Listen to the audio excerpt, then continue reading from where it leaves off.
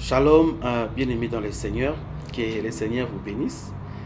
Nous continuons de refuter les arguments d'un certain monsieur qu'on appelle Boris Mota, qui enseigne et confirme que Jésus-Christ est une créature et que Jésus-Christ n'est pas Dieu. Alors dans ses enseignements, il donne des arguments qui selon lui sont bibliques.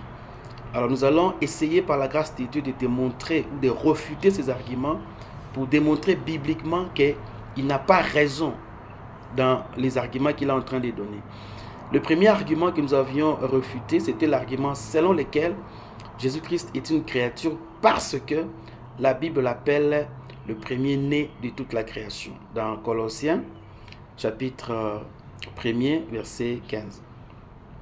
Nous avions démontré que le terme premier-né ne signifie pas nécessairement celui qui est né le premier, mais plutôt celui qui a la suprématie et par conséquent qui est héritier de toutes choses.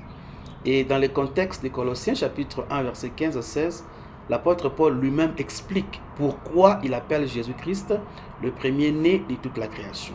Car, le verset 16 dit, car en lui ont été créées toutes choses. En d'autres termes, il est le premier-né de toute la création parce que c'est lui qui a initié la création. C'est lui qui est l'auteur de la création. Donc nous avions largement expliqué le terme premier-né et aussi Apocalypse chapitre 3 verset 14, là où dit Jésus-Christ dit je suis le commencement de la création de Dieu. Qu'est-ce que cela signifie? Alors aujourd'hui, j'aimerais aborder un autre argument qu'il avait présenté dans ses enseignements, selon lesquels Jésus-Christ ne peut pas être Dieu. Pourquoi? Parce que dans l'Ancien Testament, il est dit que Dieu n'est pas un homme. Cela se trouve dans Nombre chapitre 23 verset 19, là où la Bible dit « Dieu n'est pas un homme pour mentir, ni un fils d'homme pour changer ta vie. » Alors selon M. Boris Mota, la Bible dans ces passages nous donne les critères de la divinité. Puisque Jésus-Christ est venu sur la terre comme un homme, par conséquent il ne peut pas être Dieu. Notez bien aimé dans le Seigneur d'abord que Nombre chapitre 23 verset 19 ne dit pas que Dieu ne peut pas venir sur la terre sous forme humaine. Ce n'est pas ce que ce passage dit. Ce passage ne dit pas que Dieu ne peut pas venir sur la terre sous une apparence humaine. Ce n'est pas ce que ce passage dit. Tout ce que ce passage dit est que Dieu n'est pas comme un homme dans la consistance. Dieu n'est pas comme un homme dans la fidélité. En d'autres termes, Dieu, quand il dit quelque chose, il ne change pas. Donc naturellement, Dieu dans sa nature ne change pas. Dieu dans sa nature est fidèle. Dieu dans sa nature est consistant dans tout ce qu'il fait. Contrairement à l'homme qui change, contrairement à l'homme qui n'est pas toujours fidèle, contrairement à l'homme qui n'est pas consistant. C'est tout ce que le passage dit. Donc le passage ne dit pas que Dieu ne peut pas devenir un homme. Comment est-ce que nous le savons?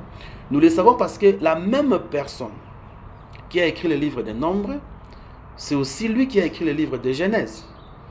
Si nous allons dans Genèse chapitre 18, nous allons voir que le même Dieu qui a dit qu'il n'est pas un homme pour se repentir, il n'est pas un homme pour mentir, le même Dieu est venu visiter Abraham sous forme humaine. Abraham était assis chez lui. Là, je suis dans Genèse chapitre 18. Lisez, vous allez voir qu'Abraham était assis chez lui, sous le chêne de Mamré, et il voit 3 hommes. La Bible a dit, il a vu 3 hommes. Donc Dieu est venu visiter Abraham, pas comme un ange avec des ailes ou comme un esprit, mais Dieu est venu visiter Abraham comme un homme. Le verset 22 nous dit même que non, quand les 2 hommes sont allés à Sodome et Gomorrhe, Abraham est resté seul avec un homme que la Bible identifie comme étant l'Éternel.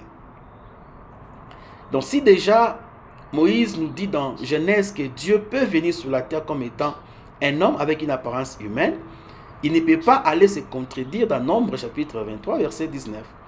Donc en d'autres termes, ce que M. Mbota veut nous faire croire, c'est juste sa mauvaise compréhension des Écritures. Parce que nous croyons que la Bible ne se contredit pas de Genèse en Apocalypse.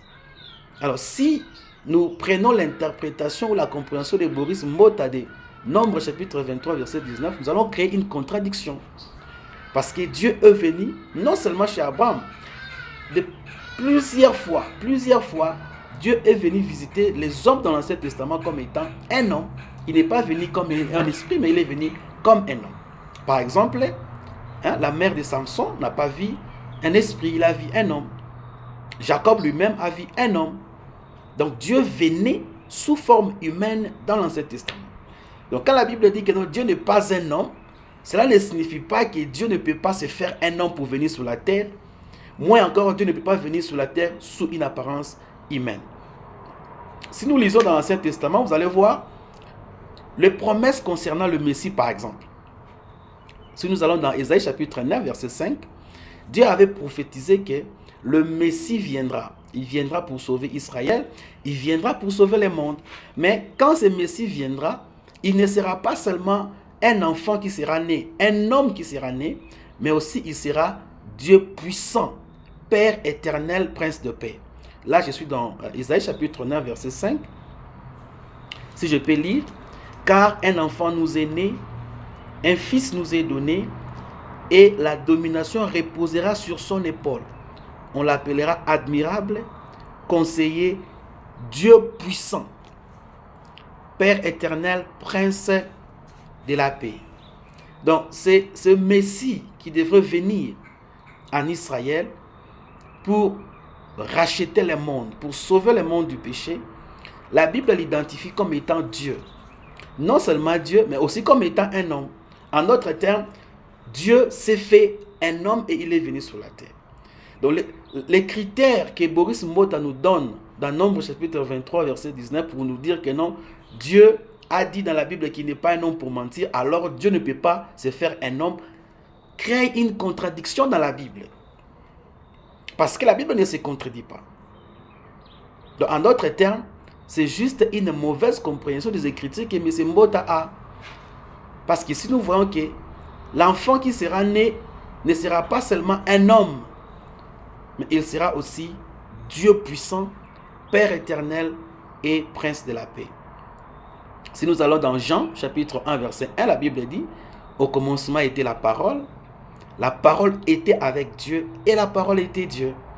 Et cette même parole s'est fait chair. » Donc, la parole qui était Dieu est devenue un homme. Alors, puisque Mbota avait s'appuyé sur Nombre pour dire Dieu n'est pas un homme pour mentir, mais si maintenant le Dieu qui a créé le ciel et la terre accepte de se faire un homme et de venir sur la terre, cet homme-là ne sera pas un homme comme tous les hommes. Voilà pourquoi Jésus-Christ ne pouvait pas pécher. Donc Jésus-Christ, bien qu'il est apparu comme un homme, comme Philippiens chapitre 2 le dit, mais il n'est pas un homme ordinaire. Pourquoi? Parce qu'il a fait ce que les hommes ordinaires ne font pas. Par exemple, si nous allons dans la logique de Nombre chapitre 23, verset 19, Jésus, quand il est venu sur la terre, il n'a pas changé d'avis, il n'a pas menti, il n'a pas commis de péché. Donc il était un homme bien sûr, mais puisqu'il était Dieu fait chair, il a gardé son caractère divin.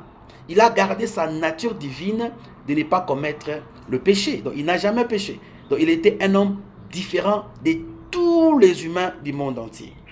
Donc nous dire que Jésus-Christ n'est pas Dieu parce que la Bible dit que Dieu n'est pas un homme pour mentir, c'est juste une mauvaise compréhension des Saintes Écritures. C'est prendre un passage hors contexte pour prouver un point qui n'est pas correct. Donc, Nombre chapitre 23, verset 19 ne contredit pas le fait que Dieu s'est fait chair. Dieu est venu sous forme humaine. Dans l'Ancien Testament, Dieu ne prenait pas la nature humaine pour venir sur la terre. Donc, il prenait seulement l'apparence humaine. Mais dans le Nouveau Testament, Dieu s'est fait chair. Jean 1 nous dit, la parole a été faite chair et elle a habité parmi nous. Cette parole-là qui était Dieu s'est fait chair et elle a habité parmi nous. Cela finit les débats. Cela clôt les débats. Donc, l'argument que Mbota présente ici pour dire, la Bible dit Dieu n'est pas un homme, alors Jésus-Christ ne peut pas être Dieu, c'est juste une mauvaise compréhension des Écritures. Pourquoi? Parce que même dans l'Ancien Testament, Dieu venait sous l'apparence humaine et dans la promesse du Messie, Dieu avait promis que ce Messie qui viendra sera non seulement un homme, mais il sera aussi Dieu. En d'autres termes, une seule personne avec une double nature, la nature divine et la nature humaine. Voilà pourquoi, parce qu'il était Dieu fait chair, il ne pouvait pas pécher, il est resté sans péché.